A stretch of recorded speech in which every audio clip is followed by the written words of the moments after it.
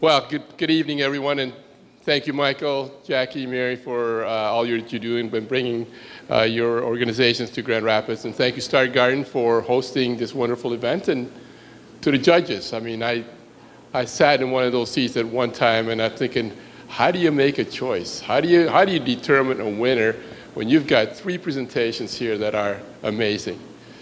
When Tel asked me to bring a message to entrepreneurs and to all of us who are part of that ecosystem that is trying to give opportunities to startups and individuals who want to improve their lives.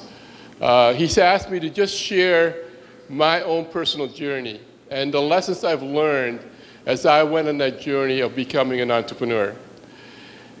And as I was reflecting on that and thinking about what I would say today, I thought about the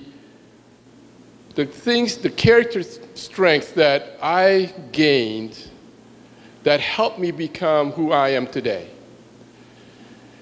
And those character traits and those character strengths that I gained was influenced by the fact that I was a refugee, I was an immigrant, and I'm a person of color. And I think that the things that I have learned, I think are the things that I am looking for. I also serve in trying to help what we call in West Michigan excluded entrepreneurs, individuals who come from economically challenged households, individuals who have historically not been part of our entrepreneurial ecosystem. The entrepreneurial center that I started, called the International Center for Entrepreneurial Excellence, is a program that focuses on those demographics, minorities and women. And as I reflect on my journey, I thought about what it was that helped me overcome some of the challenges to be who I am today. And I want to focus my attention on 3 things, what I call the 3 I's. As Michael introduced me as having been born in Jakarta, Indonesia, our family fled Indonesia when it became a communist nation after it gained its independence from the Netherlands. And we literally fled Indonesia because of the communist governments. And I was just a young child, so I didn't really understand what that meant. But now as I look back on it, being a refugee helped me understand the first I.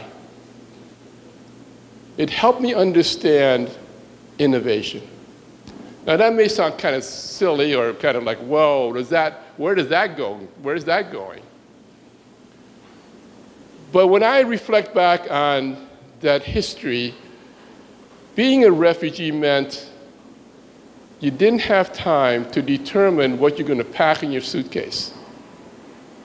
You didn't have time to determine what items in your household you're going to donate to Goodwill.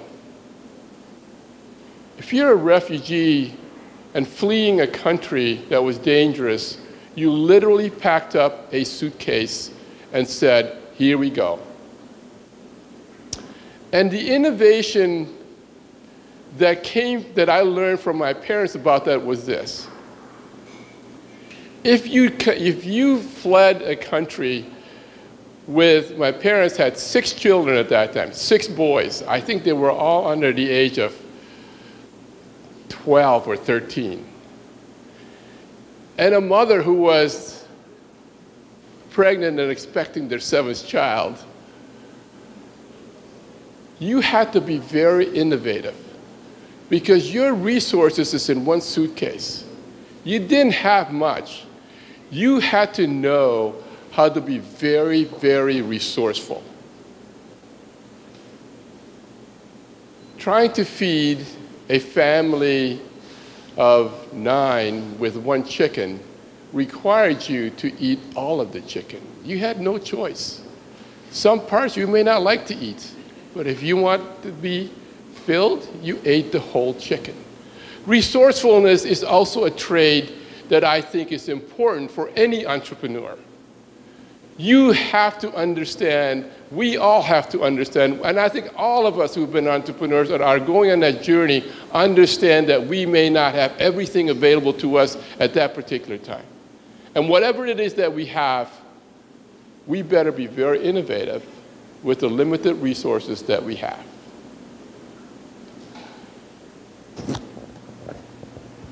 Being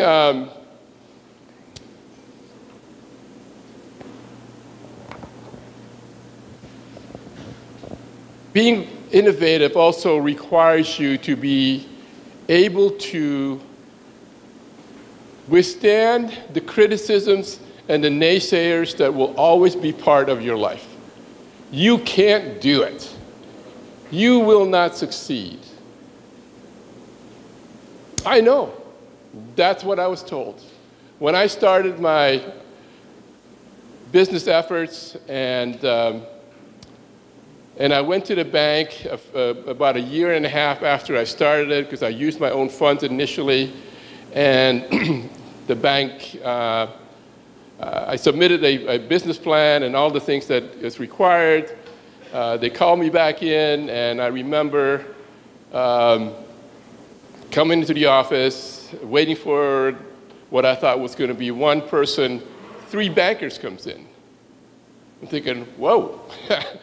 $5,000 request, and I need 3 bankers to tell me what their decision is. And they came in and said, we think that it would be in your best interest to go work for somebody else. We don't think that you'll ever be successful as a business owner because there is too much competition out there. So I walked away thinking, wow, it took them 3 guys to tell me that I could go and work for someone else. And but I think that is part of our journey, right? But the innovation that is required, that I learned from that, and really, even though I was kind of offended at that time, I thought, wait a minute, I think I can learn something from what they said. And what I learned was this. If there is too much competition, if there are too many people on the same road that you're traveling on because in the business that you want to start, find a different road. Create something that no other person that's walking or traveling in that road is already doing. And that's what I did. Yes, it was in the floral industry. Yes, there were a lot of floral companies at that time. There was a lot of competition. But the way we provided the services and the way we accessed our market was different than all those individuals who were on that road already. If you traveled here around 5 o'clock to come to this event, you know what a crowded road looks like in Grand Rapids. And you know what happens in crowded roads. Road rage, words, anger, all this stuff that just saps your energy. So innovation is also important in finding ways to overcome people who are naysayers to you. For me, innovation, and for my family, innovation also means that we had to survive historical biases and institutional racism. My father we arrived in the United States as immigrants. My father, who had 2 degrees, 20 years of teaching experience, was told, you can't teach here. None of your degrees are acknowledged here, and if you want to teach again, you have to go back to college. My father said, okay, maybe that's the way it works in the United States. We were appreciative of the fact that we live and we were able to immigrate to the greatest country in the world, and we still believe that. But what happened was that during the growth in Grand Rapids, another 6th grade was established, and another sixth-grade teacher was hired, another immigrant was hired, and they became friends. And through their friendship, he found out that that person came with the same degrees that my father had, less years of experience, but was given the compensation package that was determined at that time for that level. He was an immigrant from Western Europe. My father said this isn't right, and so he went and asked for some kind of resolution to it. No one wanted to touch it. He went and found out that two of his friends from the church that sponsored us said, well, we didn't know how to deal with it, but we knew at that time Representative Gerald Ford, our 38th President of the United States. After hearing the story, Gerald Ford said, this is wrong, took steps, and rectified the solution. So what did I learn from innovation is that from that particular point of view is that you can't assume things. People who try to deny you your dreams, you can't assume that they are right.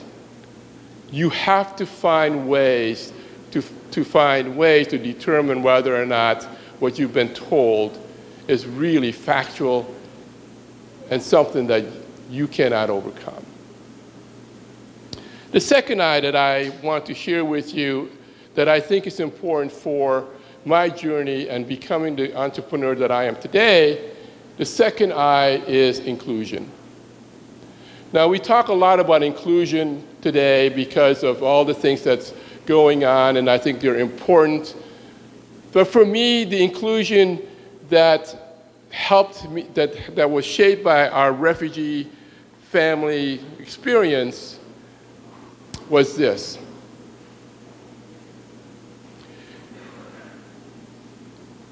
Our family survived the hardships of fleeing a country, immigrating to another country, because our network was large.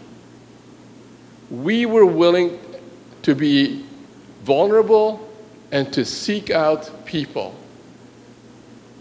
and to be willing to ask for help. And I think that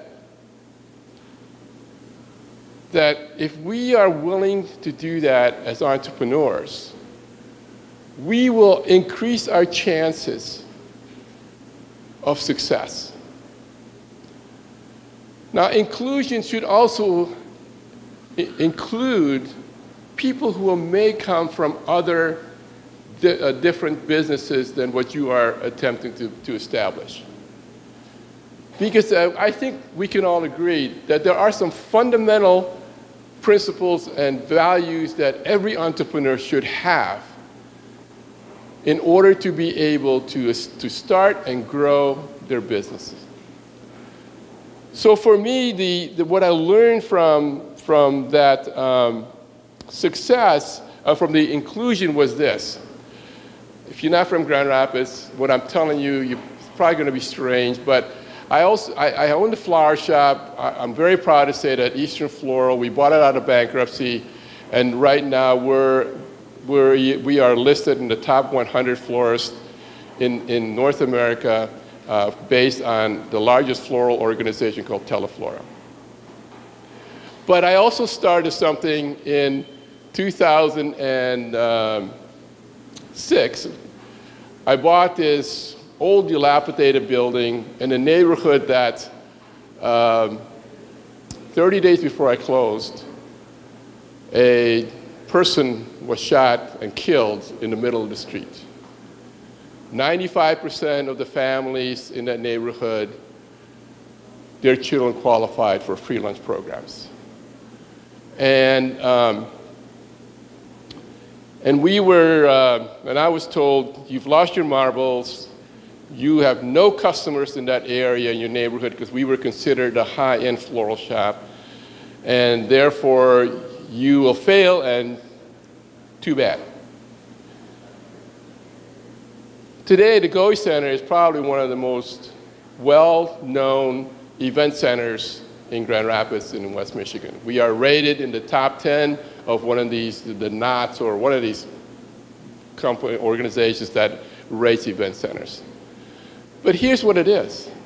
Inclusion is the reason why it is what it is. The Goei Center, when I first envisioned the building and how I was going to develop it, is totally different than at that time than what it is now. And the reason it is an event center now was because I had a network of folks who came in and walked around the building, and I had someone who was in that group that I didn't even know who said to me, you know what you ought to do? Don't build offices here. You ought to change and use this building as an event center. And I'm thinking, what is an event center? He says, if you will let me, because he was a caterer, use this building, I will fill every weekend up, and I will show you how you can make money. It wasn't me. I wasn't that smart. But because I was willing to open up my business and my ideas to other people and include other people into my world, my Goei Center today, in 2017, we had almost 150 events in the building. So inclusion is very important. Inclusion of other people in other businesses, but also inclusion of people who are from other cultures and heritages, because their lens is also different than yours, and they will also open your lens to markets that you never even may have thought about. And lastly, the third I is that I think every entrepreneur should have and they should focus on is integrity. Integrity is critical. You can be the smartest person in the world, you can have the best product in the world, but if you don't have integrity, I'm not so sure you're sustainable. And I think that what integrity, what I learned from that is that, you know how oftentimes people look at you and you say, man, your success, you must have gotten there like overnight, right? You're so lucky, you did all the kind of stuff. But I will tell you, my journey on becoming who I am today was because I learned from my parents that as they struggled to survive their journey, that their integrity was the foundation of helping them to be able to raise their children in this great country. Because you see, when you leave a country and flee it with one suitcase, all you have is your integrity. All you have is your word. And because people saw that in my parents, they were willing to open up their houses, they're willing up their resources to help them attain their goals as well. And I will tell you that in my journey, in 2001, this is not 1970s or 60s, in 2001, I approached 3 banks to purchase the Eastern Floral, the iconic floral shop in Grand Rapids in West Michigan. First bank asked me for 80% equity. I had a stellar credit record, a stellar business record, 80% equity. Second bank, how much time do I have? Am I done? Okay, second bank, and the third bank said, no. If you got 20% cash down, we'll talk to you. We talked, we negotiated, got the deal done with the bankruptcy court in Miami, got the price settled, got the financing done. We were ready to close the deal. Bankruptcy court said, because this was a publicly traded company, we need to announce a deal for 20 days. 2 days before the deal, 22 days before the deadline, bankruptcy court called, we've got a competing bid, do you want to go to auction? I said yes, but I want to know that the bidder, competing bidder, has the financial resources to go higher. And the bankruptcy court says, what do you need? I talk to my attorney says, have them fax over the commitment letter from this person's bank to me, and we'll go from there. Half an hour later, my attorney called me and says, how would you like to retire? And I said, what are you talking about? He says, hey, listen, remember that bank that wanted 80% equity from you? Commitment letter is from the same bank for this same person for 20%.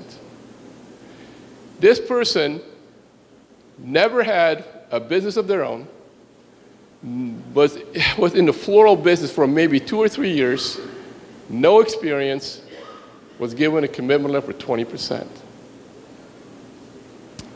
I'm not complaining. I was pissed, but I'm not complaining.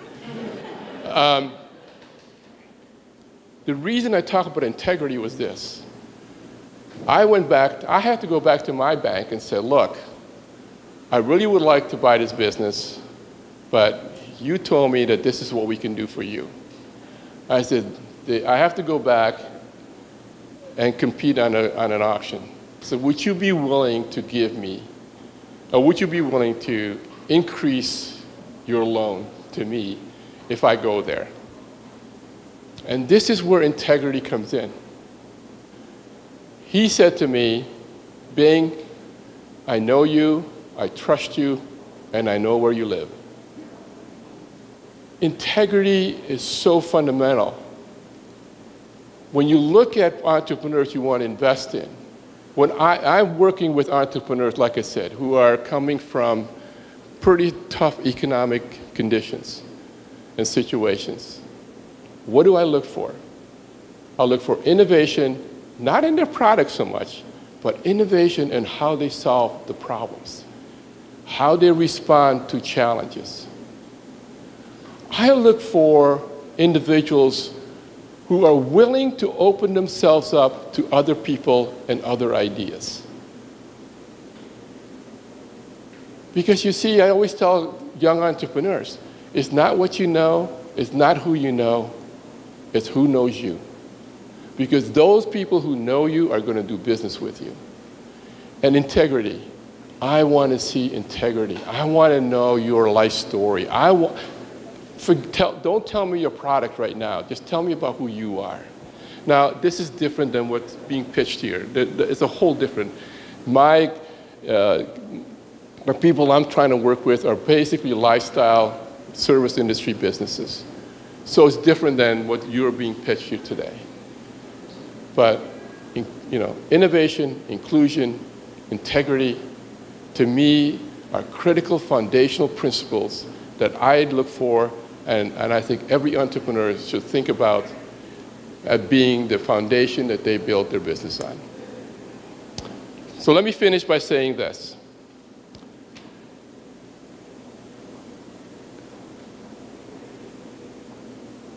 As you travel this journey, someone once said, in every successful story, you will find someone who has made a courageous decision. The 3 presenters tonight are success stories no matter what, because they made a courageous decision to address a problem that they have seen and bring a solution. But for others and entrepreneurs, that I always say to them is, yes, courage is one thing. But the other thing that I've learned in my journey is this. Be patient with yourself. Success doesn't come overnight. But just do it. Thank you.